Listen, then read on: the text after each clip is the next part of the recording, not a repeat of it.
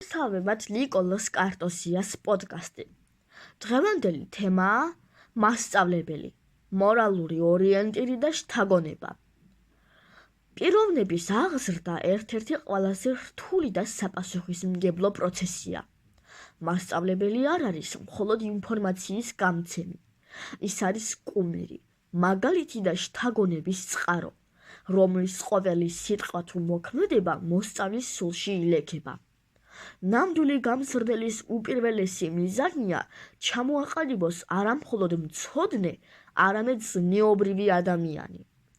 ქართულ ლიტერატურაში აკაკი წერეთელმა პოემაში გამზრდელი გენიალურად აღწერა ის საკრალური კავშირი, რომელიც მასწავლებელსა და მოსწავლის შორის არსებობს.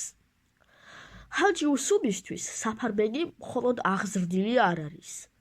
ის მისი სულიერი ქმნილებაა. როდესაც საფარბეგი ღალატობს მეგობრობასა და მასპინძლობის წესს, ჰაჯი უსუბი ამას საკუთარ მარცხად აღიქვამს. სწავლა-განათლება ხომ ყველას შეუძლია, მაგრამ აღზრდაა ძნელიო. ეს ხავს უსვამს, რომ მასწავლებელმა მოსწავლეს უნდა ასწავლოს არა მხოლოდ ხმლის ქნება, არამედ საკუთარი ნებების მართვა. ჰაჯი უსუბის მიერ საკუთარი თავის დასჯა არის უმაღლესი პასუხისმგებლობის აქტი. იგი გვიჩვენებს, რომ მასწავლებელი თავისი მოსწავლის ზნეობრივი სარკეა. პარალელისთვის შეგვიძლია მივმართოთ პროსპერ მერიმეს მატიო ფალკონეს. აქ ვხედავთ, როგორ შეიძლება გარემომ და არასწორმა შთაგონებამ ბავშვი ზნეობრივ კატასტროფამდე მიიყვანოს.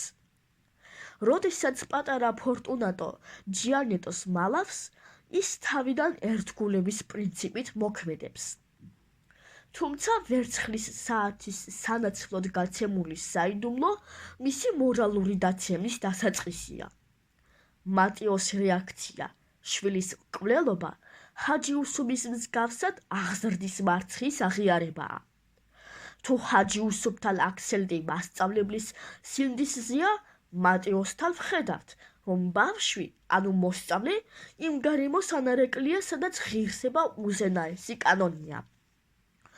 ორივე ნაწარმოები გვასწავლის, რომ ღალატი არის ის ზღვარი, რომლის იქითაც აღმზრდელობითი პროცესი აზრს კარგავს.